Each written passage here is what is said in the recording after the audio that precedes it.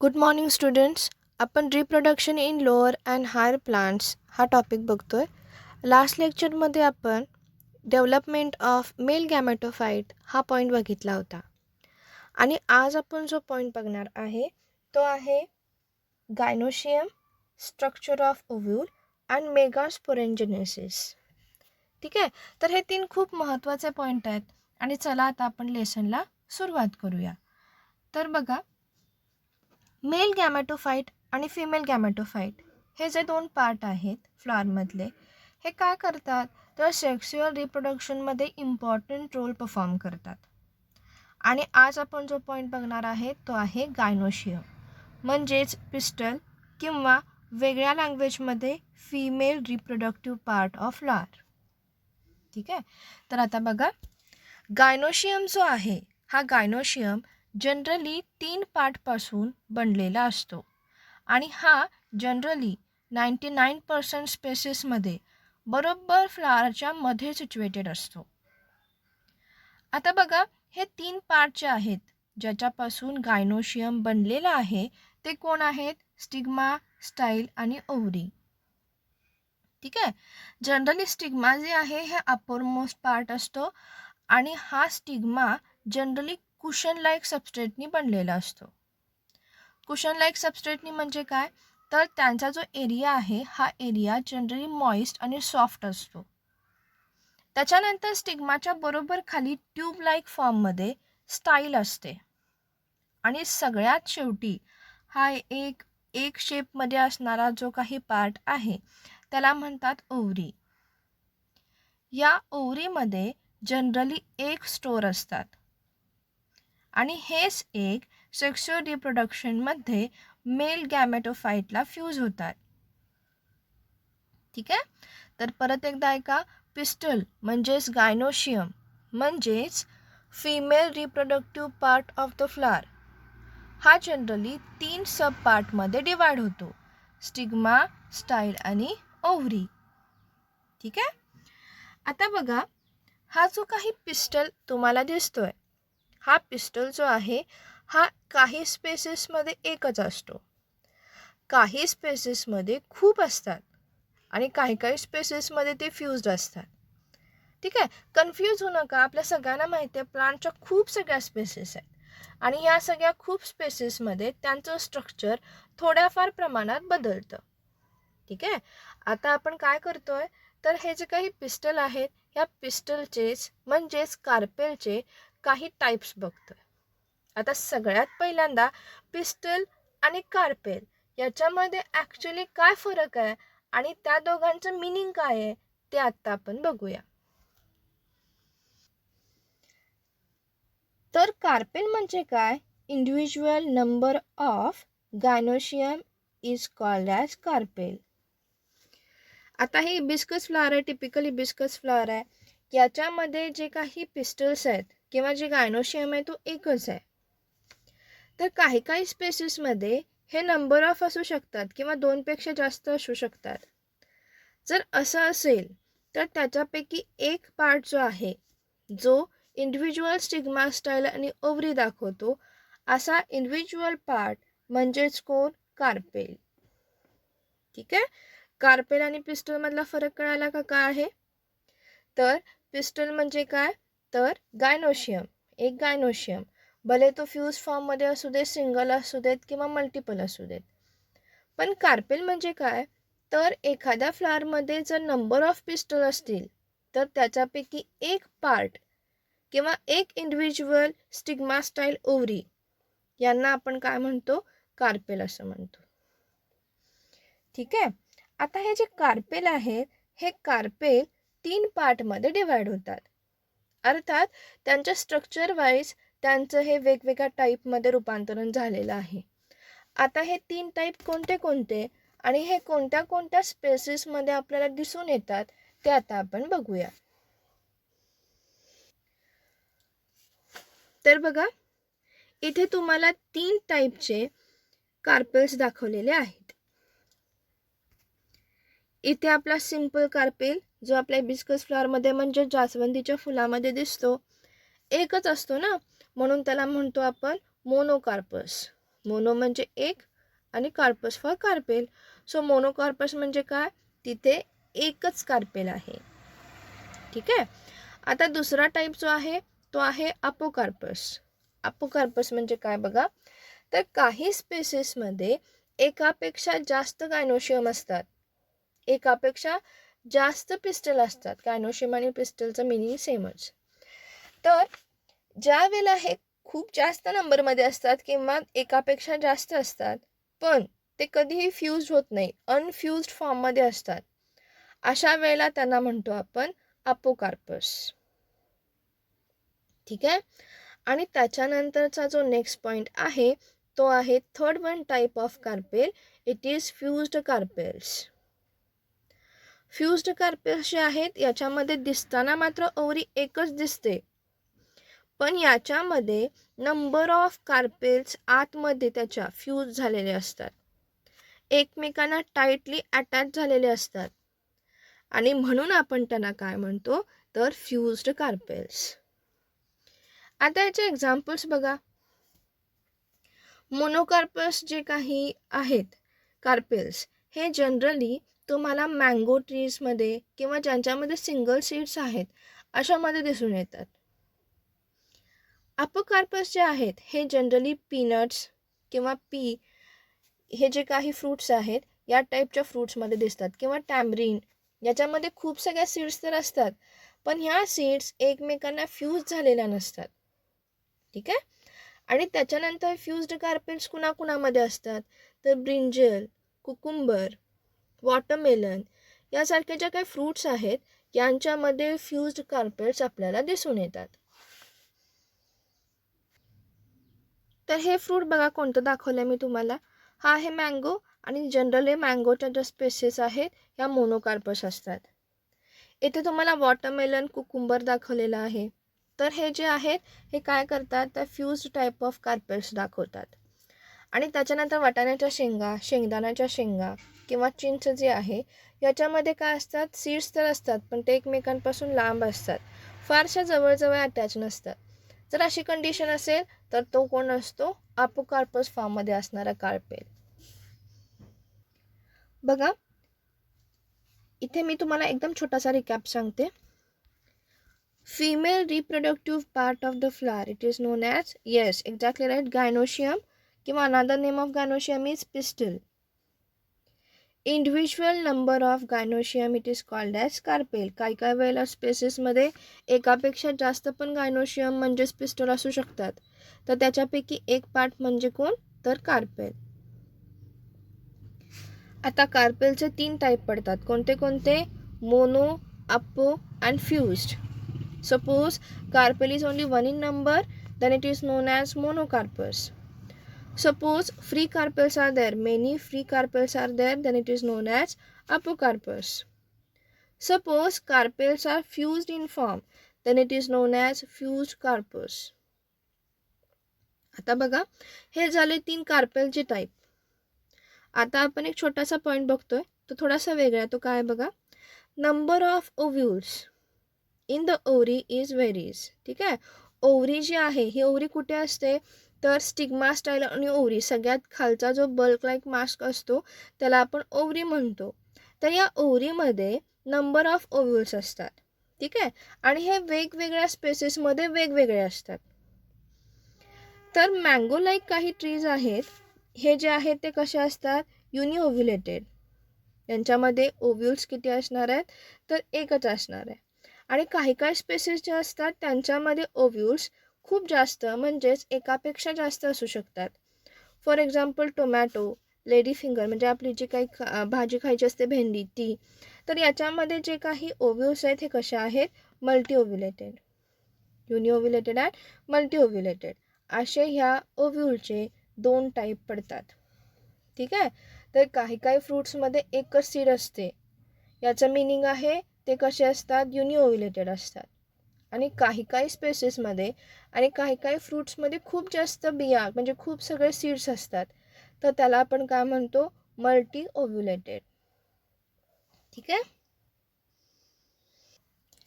आता आपण अत्यंत महत्त्वाचा पॉईंट बघतोय तो आहे स्ट्रक्चर ऑफ अनाट्रोपस ओव्ह्यूल.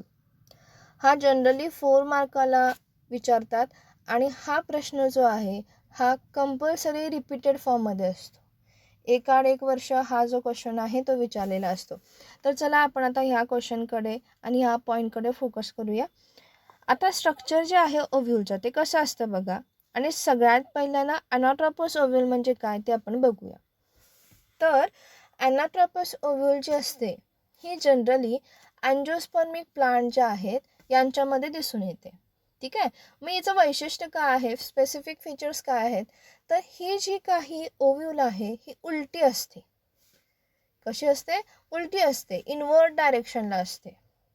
म्हणजे हा जो काही मायक्रोपाईल एंड तुम्हाला दिसतोय हा मायक्रोपाईल एंड कसा असतो? उलटा असतो, खालच्या बाजूला असतो, डाऊनवर्ड डायरेक्शनला असतो. जर एखाद्या ओव्ह्यूलमध्ये मायक्रोपाईल डाऊनवर्ड डायरेक्शनला असेल तर त्याला आपण अनाट्रोपस ओव्ह्यूल असं म्हणतो.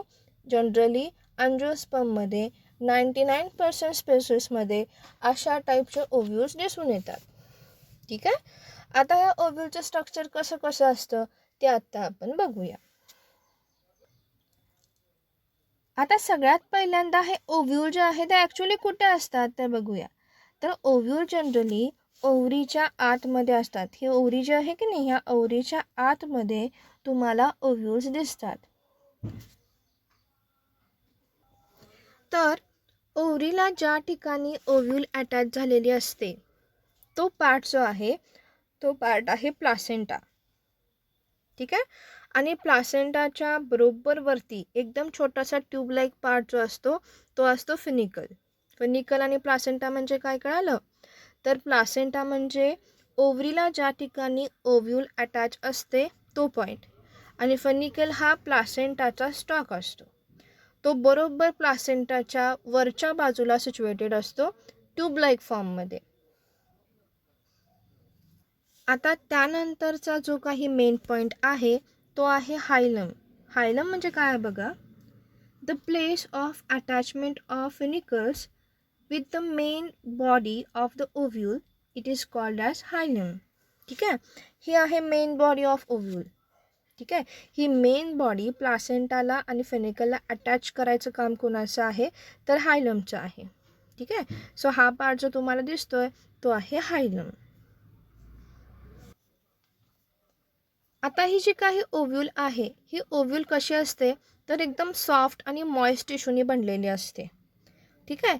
हे सॉफ्ट आणि मॉइस्ट टिश्यूंकडे रिप्रोडक्टिव्ह कपॅसिटी म्हणजे सेल डिव्हिजनची कपॅसिटी जास्त चांगली असते. ठीक आहे. आणि नेक्स्ट वन थिंग बघा, हे जनरली पॅरेन्कामॅटियस टिश्यूंपासून बनलेले असतात. म्हणजे ही जी काही मेन बॉडी तुम्हाला दिसते आहे ह्या मेन बॉडीमध्ये जनरली पॅरेन्कामॅटिक टिश्यूचं पर्सेंटेज जास्त असतं. आणि इथं जो काही पार्ट आहे याला आपण काय म्हणतो, न्यूक्लियस. या न्यूक्लियसमध्ये पॅरेन्कामॅटिक टिश्यूज आणि यंग टिश्यूचं पर्सेंटेज जास्त असतं. आता इथं जे काय आहेत पॅरेन्कामॅटिक टिश्यू याच्या भोवती काही लेयर्स तुम्हाला दिसत आहेत बघा. तर हे जे काही लेयर्स आहेत 1 2, ठीक आहे, इकडच्या बाजूलाही तुम्हाला दिसत आहेत. तर हे जे ते 2 पार्ट तुम्हाला दिसतात याला म्हणतात इंटिग्मेंट्स. ठीक आहे. इंटिग्मेंट्स यांचं काम किंवा यांचं जे काही स्ट्रक्चर आहे ते कसं आहे बघा. तर एखाद्या गोष्टीला आपण ज्यावेळेला रॅप करतो तर हे रॅपिंग जे आहे या रॅपिंगला आपण काय म्हणतो, आउटर कवरिंग. तर ओव्ह्यूलच्या भोवती जे काही 2 आउटर कवरिंग आहेत त्यांना आपण काय म्हणतो तर इंटिग्मेंट. हे इंटिग्मेंट कसे असतात तर 2 पार्टमध्ये डिवाइड झालेले असतात, आउटर इंटिग्मेंट आणि इनर इंटिग्मेंट. हा जो काही इम्पॉर्टंट मिडल पार्ट तुम्हाला दिसतोय या मिडल पार्टच्या सराउंडिंगला हे 2 जे काही लेयर्स आहेत यांना म्हणतात आतल्या बाजूच्याला इनर इंटिग्मेंट आणि आउटर साईडमध्ये जे असतात त्यांना आउटर इंटिग्मेंट्स. नेक्स्ट पार्ट जो आहे तो आहे मायक्रोपाईल एंड. आता हा मायक्रोपाईल एंड काय असतो बघा, तर narrow opening at the apex of ovule. ठीक आहे. जे काही एकदम छोटंसं ओपनिंग या ओव्ह्यूलला आहे अपेक्स साईडला तर त्याला आपण काय म्हणतो मायक्रोपाईल. जनरली इथूनच काय होत असतात तर मेल गॅमेटोफाईट आणि फिमेल गॅमेटोफाईटचं फ्युजन होणारी जी काही पोलन ट्यूब आहे ही इथून एंटर करत असते. ठीक आहे, म्हणजे जे काही स्मॉल ओपनिंग जे आहे ओव्ह्यूलला त्याला आपण काय म्हणतो, मायक्रोपाईल. मायक्रोपाईल जिथे आहे त्याच्या अपोजिट साईडला एक छोटासा मास आहे ज्याच्यामध्ये ॲक्च्युली कोणताही इम्पॉर्टंट ऑर्गन सिच्युएटेड नाही आहे. तर हा पार्ट जो आहे त्याला म्हणतात चलायचा एंड. चलायचा एंड. आणि अगदी खूप महत्त्वाचा पार्ट जो आहे तो आहे एम्ब्रियो सॅक. एम्ब्रियो सॅक ही जनरली सेंट्रल पॉईंट आहे ओव्ह्यूलचा. याच्यामध्ये महत्त्वाच्या सेल्स सिच्युएटेड असतात, ज्याच्यामध्ये एग असतात, काही अँटीपोडल सेल्स असतात, काही सिनेग्रेट सेल्स असतात. आता ह्या काय असतात हे आपण बघूया. ठीक आहे, तर हा आहे सेंट्रल पॉईंट ऑफ ओव्ह्यूल. याच्यामध्ये कोण असतं तर एम्ब्रियो सॅग असते. आणि ह्या एम्ब्रियो सॅगमध्ये जनरली किती सेल्स तुम्हाला दिसतात तर 7 सेल असतात. ठीक आहे, वरच्या 3, खालच्या 3 आणि मधली 1 अशा 7 सेल असतात. तर वरच्या 3 ज्या सेल आहेत त्यांना तुम्ही काय म्हणताय, अँटीपोडल सेल. त्यांना काय म्हणायचं, अँटीपोडल सेल. या अँटीपोडल सेल जनरली चलायचा एंडला असतात. त्याच्या बरोबरमध्ये या दोघांच्या मध्ये बरोबर जो एक न्यूक्लियस आहे त्याला म्हणतात सेकंडरी न्यूक्लियस. बरोबर मध्ये ओव्ह्यूलचा जो काही न्यूक्लियस तुम्हाला दिसतोय तो आहे सेकंडरी न्यूक्लियस. आणि त्याच्यानंतर हा जो काही खालचा पॉईंट आहे किंवा खालच्या 3 सेल्स तुम्हाला दिसत आहेत जनरली ज्या मायक्रोपाईल एंडवरती आहेत. तर याच्यामध्ये 2 टाईपच्या सेल्स आहेत. याच्याबरोबर मध्ये असतो एग. आणि एगच्या साईडला, एगच्या बरोबर साईडला ज्या 2 सेल तुम्हाला सिच्युएटेड झालेल्या दिसत आहेत त्यांना आपण काय म्हणतो तर सेनेग्रेट सेल्स. सेनेग्रेट सेल्स 2 असतात आणि सेनेग्रेट सेलच्या बरोबरमध्ये एग असतो. ठीक आहे, आणि सेनेग्रेट सेल्स आणि एग यांना एकत्रितरित्या आपण काय म्हणतो, एग ॲपॅरेटस. ठीक आहे, एकदम परत छोटंसं रिकॅप सांगते बघा. अँटीपोडल सेल्स ज्या आहेत ज्या 3 असतात ह्या जनरली चलायचं लेनला असतात. बरोबरमध्ये असतो सेकंडरी न्यूक्लियस.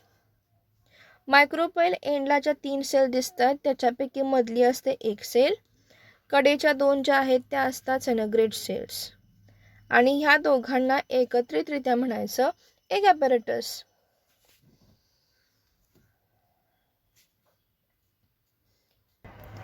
तर बघा तुम्हाला इथे एक रिटर्न फॉर्ममध्ये मी नोट्स दिलेत. बघा काय सांगितलं आहे. जनरली ओव्ह्यूल जे आहे ही ओव्ह्यूल 7 पार्टमध्ये डिवाइड होते. ठीक आहे, पहिला पार्ट जो आहे तो आहे फिनिकल. फिनिकल आणि प्लासेंटा म्हणजे काय तर it is a structure or small structure that connects the ovules to the placenta. ठीक आहे, जो काही ओव्ह्यूलचा स्टॉक आहे जिथे ॲक्च्युली ओव्ह्यूल अटॅच झालेली असते प्लासेंटाला, तो पार्ट जो आहे तो आहे फिनिकल. ठीक आहे, त्याच्यानंतरचा नेक्स्ट वन पार्ट जो आहे तो आहे हायलम. हायलम म्हणजे काय, it is attachment point where the body of ovule fused with funicle. Funicle आणि मेन बॉडी ऑफ ओव्ह्यूल जिथे अटॅच्ड होतात तो पार्ट म्हणजे कोण तर हायलम. बघा, तर हायलम, फिनिकल आणि प्लासेंटा म्हणजे काय बघा. इथे तुम्हाला डायग्राम दाखवले मी. तर फिनिकल म्हणजे काय तर अटॅचमेंट पॉईंट ऑफ प्लासेंटा. हायलम म्हणजे काय, मेन बॉडी जिथे जाऊन अटॅच्ड होते. मेन बॉडी जी आहे ओव्ह्यूलची जिथे फिनिकलला जाऊन अटॅच्ड होते तो पॉईंट म्हणजे कोण तर हायलम. नेक्स्ट वन जो पॉईंट आहे तो आहे न्यूक्लियोलस. न्यूक्लियोलस काय असतं बघा. This is the body of the ovule that consist mass of parenchymatous cells. It is known as nucleolus. Generally nucleolus कुठे असतो तर जो बरोबर सेंटर पॉईंट जो आहे, आता आपण जो ओव्ह्यूलचं स्ट्रक्चर बघतो त्याचा बरोबर सेंटर पॉईंट जो आहे या सेंटर पॉईंटमध्ये पॅरेन्कायमॅटियस टिश्यूंचं पर्सेंटेज जास्त असतं. ठीक आहे, ते ह्या जनरली कशा असतात, मॉइस्ट, मेसी और थिन असतात. आणि हे जे काही स्ट्रक्चर आहे बरोबरमधलं त्याला आपण काय म्हणतो न्यूक्लियोलस. त्याच्यानंतर जो आहे पॉईंट तो आहे इंट्युगमेंट्स. इंट्युगमेंट्स काय असतात बघा, nucleolus enclosed bye 2 protective envelopes. ठीक आहे, जे काही न्यूक्लियोलसच्या भोवती जे 2 एन्व्हलप असतात, प्रोटेक्टिव्ह लेयर्स असतात, हे जे 2 लेयर आहेत त्यांना म्हणतो आपण इंट्युगमेंट्स. ठीक आहे, आतमध्ये जो असतो त्याला म्हणतात इनर इंट्युगमेंट्स आणि बाहेर जो असतो त्याला म्हणतात आउटर इंट्युगमेंट. आता बघा, इंट्युगमेंट जे आहे इथे थोडासा ट्विस्ट आहे. सपोज डायकोट प्लांट्स असतील तर या डायकोट प्लांट्समध्ये फक्त एकच इंट्युगमेंट्स असतो. In dicot plants only 1 integument is present, while in monocots 2 integuments are present. हा डिफरन्स नेहमी लक्षात ठेवायचा. आता चलायजा म्हणजे काय बघा, it is the place of the origin of integuments that typically present at opposite end of micropyle. ठीक आहे, जो काही मायक्रोपाईल एंड असतो, स्मॉल ओपनिंग जो असतो ओव्ह्यूलचा, त्याच्या बरोबर अपोजिट पॉईंट जो आहे तो आहे चलायजल एंड. ठीक आहे, चलायजल एंड जो आहे हा काय करतो तर it present basal part of ovule. ओव्ह्यूलचा जो सगळ्यात खालचा पार्ट आहे, बेसमेंटचा पार्ट आहे, हा बेसमेंटचा पार्ट म्हणजे चलायजल पार्ट. अर्थात ज्यावेळेला आता आपण ही डायग्राम बघतोय आपल्या टेक्स्टबुकमधली जी टिपिकल डायग्राम आहे, याच्यामध्ये चलायजल एंड वरती दाखवला आहे बघा, मग तुमचं थोडंसं कन्फ्युजन होऊ शकतं. पण मी तुम्हाला सुरुवातीलाच सांगितलं आहे, आपण काय बघतोय तर ॲनाट्रोपस ओव्ह्यूल बघतोय आणि ॲनाट्रोपस ओव्ह्यूल ही उलटी असते, म्हणून ॲनाट्रोपस ओव्ह्यूलचा वरचा पार्ट म्हणजे चलायजा. ठीक आहे, आता नेक्स्ट वन जो आहे तो आहे मायक्रोपाईल. तर मायक्रोपाईल म्हणजे काय, it is present at exact opposite side of the chalaza, first one point. And the second one thing is micropyle is pore that present the integuments at the end. It is located opposite to the chalazal end. आता diagram बघा म्हणजे तुम्हाला हे सगळे part जे आहेत ते समजतील. तर आता पहिल्यांदा आपण मायक्रोपाईल आणि चलायजा बघूया. उलटे जाऊया थोडं. बघा, इथे एक स्मॉल ओपनिंग दिसते का तुम्हाला, हे स्मॉल ओपनिंग म्हणजे कोण तर मायक्रोपाईल. मायक्रोपाईलच्या बरोबर अपोजिट कोण असतो chalaza. It is basal part of ovule.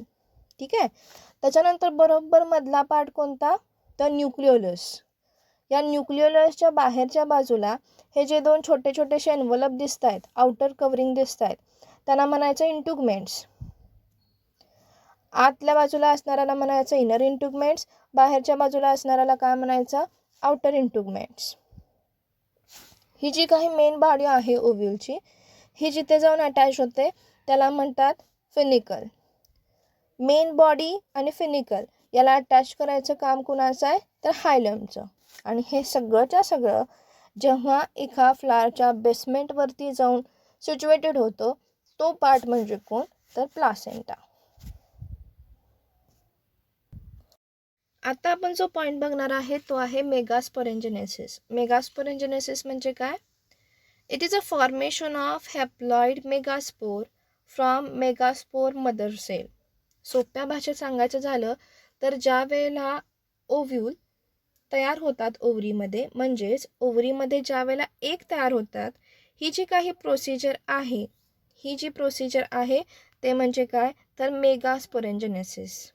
ठीक आहे, एग हे काय असतात थोडेसे मोठे असतात कुणापेक्षा तर मेल गॅमेटोफाईटपेक्षा, आणि त्यामुळे आपण मेल गॅमेटोफाईटच्या फॉर्मेशनला म्हणतो मायक्रोस्पोरेंजेनेसिस. आणि इथे आपण फिमेल गॅमेटोफाईट बघतोय ना, तर हे जे काही एग्स आहेत हे एग्स स्पर्मपेक्षा थोडेसे मोठे आहेत आणि म्हणून आपण त्यांना काय म्हणतो मेगास्पोरेंजेनेसिस. ज्या वेळेला ओव्हरीमध्ये ओव्ह्यूल फॉर्म होतात म्हणजेच काय एक तयार होतात, त्यावेळेला जी प्रोसिजर आहे त्याला म्हणतात megasporogenesis. In scientific language it is a process of formation of haploid megaspores means egg from megaspore mother cells. ठीक आहे, तर मेगास्पोरेंजेनेसिस कसं होतं आणि त्याचे एकंदरीत स्टेप्स किती आहेत हे आपण आता नेक्स्ट लेक्चरला बघूया. तर हा जो पॉईंट आहे मेगास्पोरेंजेनेसिस अँड डेव्हलपमेंट ऑफ फिमेल गॅमेटोफाईट हा थोडासा वाचून ठेवायचा आहे. ठीक आहे. तर चला आता आपण नेक्स्ट लेक्चरला भेटूया. बाय.